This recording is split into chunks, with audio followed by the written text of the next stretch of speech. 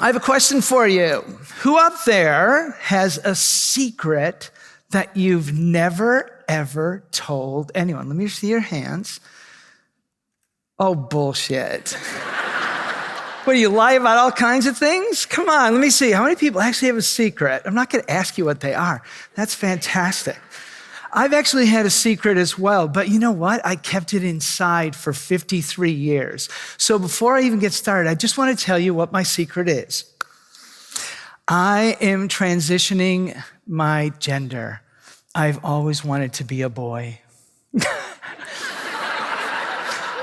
I just wondered if you were listening or not.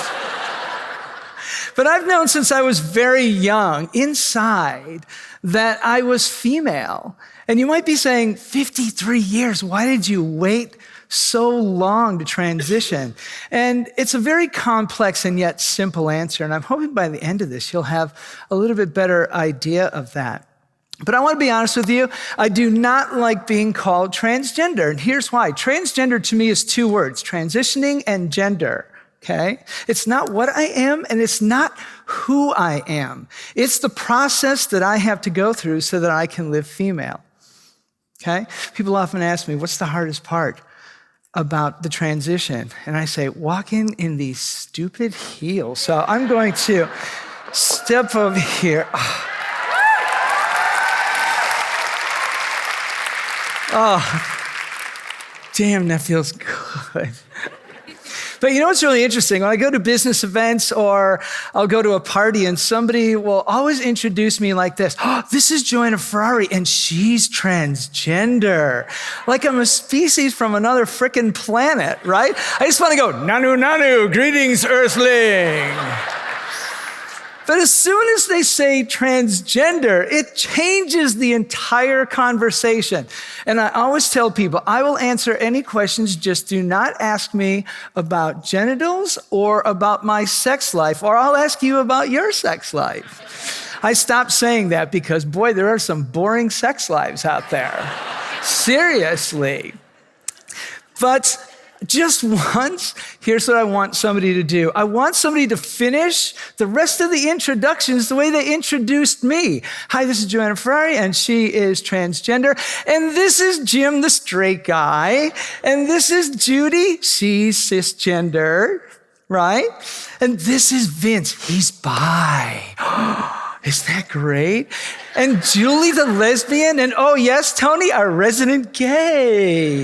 The gang's all freaking here. Unbelievable, right? But don't labels sound really dumb when you hear them out loud? Yes? Oh, I can't stand it. But sometimes we get really strange questions about transgender, and we can talk more about that some other time because I'm not really here to talk about transgender. I'm actually here to tear that label off today so that you can understand a little bit better about the process, because you know what I've learned? People come up to me all the time when I tell my story and they go, oh, you are so brave. You're so courageous. And it might seem like that to the outside world, but inside, it feels sometimes peaceful, sometimes terrifying. But to live the way that you believe yourself to be is always intelligent, period. And so for the last almost 15 years, I've actually taught thousands of people personal development seminars. And I've coached executives pretty much around the globe, sales teams pretty much around the globe, and individuals. And here's the thing I learned. Every single person sitting in this room, every single person in the world has a secret self. And no, that doesn't mean you're all transgender. What it means is that you know who or what you really want to be, do, or have, or even create. And it's the way that you're not living now. It's the way that your world doesn't see you now. But if we all have this secret self, why aren't we living it? There's a few reasons. The first one is we're afraid of words. You hide things the same way I did. Although I can't really hide transgender. I walk in, it's like, ta-da. There it is, right? But you hide things the same way that I did from your world, because every time we say to our world, oh, I want to try this, I'm going to do this, this is really big, this is really great, our world says, what the hell is wrong with you? Oh, great, another one of your brilliant ideas, right? That's dumb. You'll never amount to anything. You can't do that. Transgender, that makes absolutely no sense. And the entire time, my secret self said to me, it's okay, because it only has to make sense to you. That's it. So that's the first thing.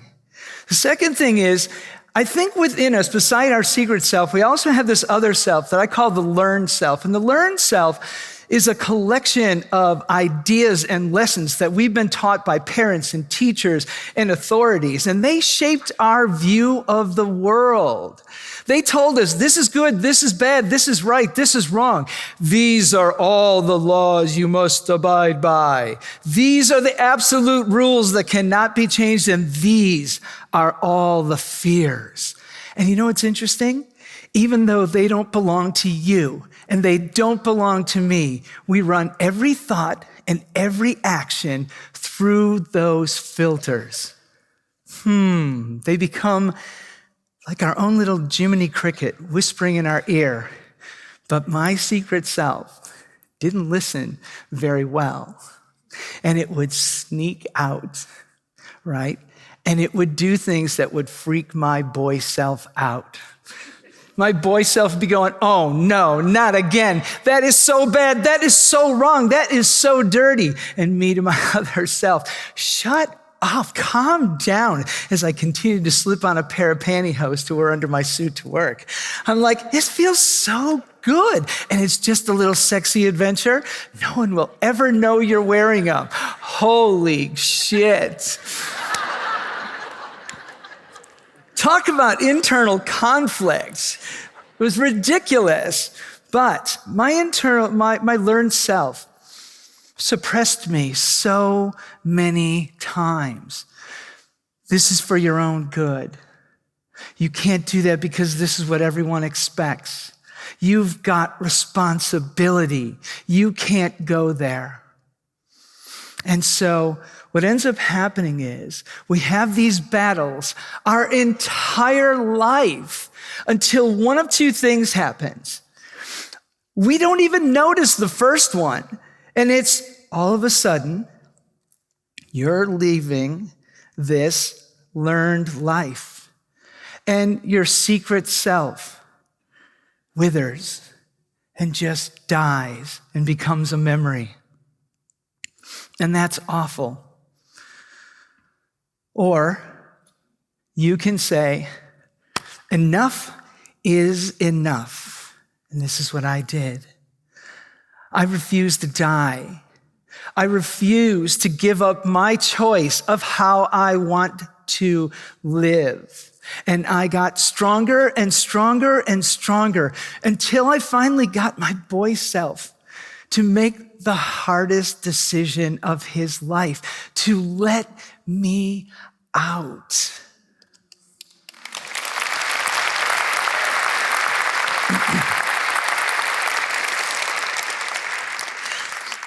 And in the second that I made that decision, this absolute calm came over my entire being. And just as fast as that happened, bombs started going off. And my world, pardon my expression, fucking exploded. I lost my family support. I lost my friends.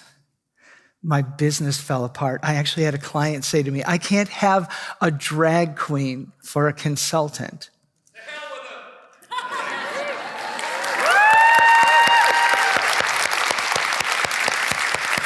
Are you hiring?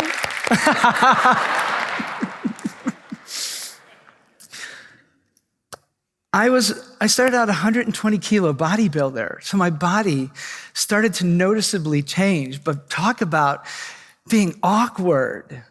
And then the hormones that I was taking started to make me sick. My adrenal glands shut down. My liver got exhausted. I started having blackouts on a regular basis. I had to come off the hormones. And I got so depressed. I never told anyone this, but I spent my first Christmas of my transition alone in my apartment with a knife. I'm not proud of that, but it was the lowest moment of my life. And then I got to a staggering 79 cents in my bank account. That was lower. But here's the really human thing that I did. My body's shutting down. I'm contemplating suicide. I've got 79 cents in the bank account. And what am I doing? I'm worried about my family. I'm worried about my world exploding. I'm worried about the embarrassment and the criticism that I'm going to endure. How ridiculous. But we all do it. And that's when I learned about the real lies that we tell ourselves. See, we're our own worst enemy. We let the negatives smash our commitment to our secret self. Why? Because the world told us that the negatives would happen. And so it also taught us how to get back to average as soon as things get uncomfortable. Can you relate? And those who quit and those that go back, you know what some of them do? They become teachers and parents and authorities who teach the next generation and the next generation. And that's how we pass this along. This is how the lies stay alive. This is how you create a very scared world.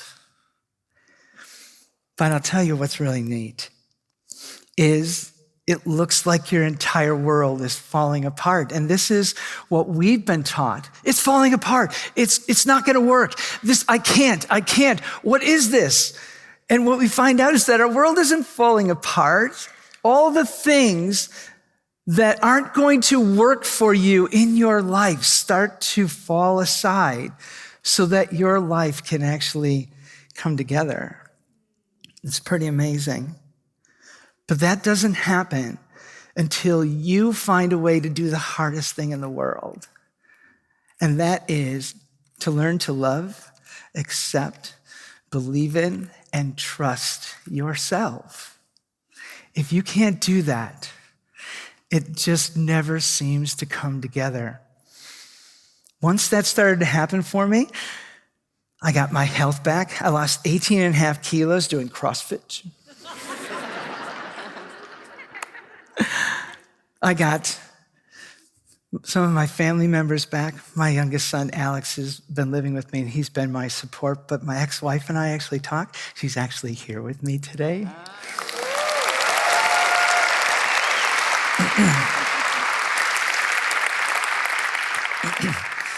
And I met some incredible new friends, and my new friends are actually here with me today.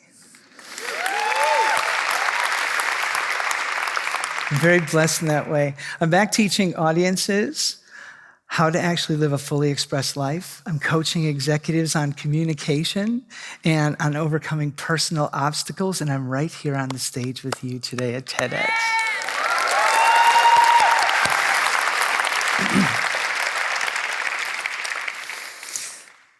I think I'm finally at a place where I can say to you, this is the happiest I've ever been in my entire life. And it's hard for people to understand that because we put labels on and we judge things that we don't understand. But a lot of times people will ask me, what happened to your other learned self? What happened to your boy? Let me tell you what happened. So he protected us. He took care of us for 53 years. That's a long time.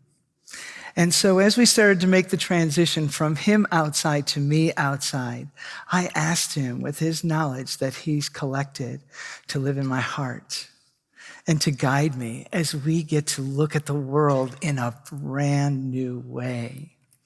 And we talk from time to time, and every now and then when I get just a little too wild, he yells from the inside, "JoAnna Ferrari, you are being a teenage girl." Then I stick up my tongue at him, give him a big hug, and I go back to living our wonderful new life. So I wanted to tear down the barriers today, but more importantly, I want to get you to pause at some point and just think, what would happen if you finally made the decision to bring your secret self into this world, right? Then we'd all have the most amazing tales to tell and to teach the world as soon as you start living yours and as soon as you start celebrating others who are living theirs. My name is JoAnna Ferrari, and from the bottom of my heart, thank you for letting me play.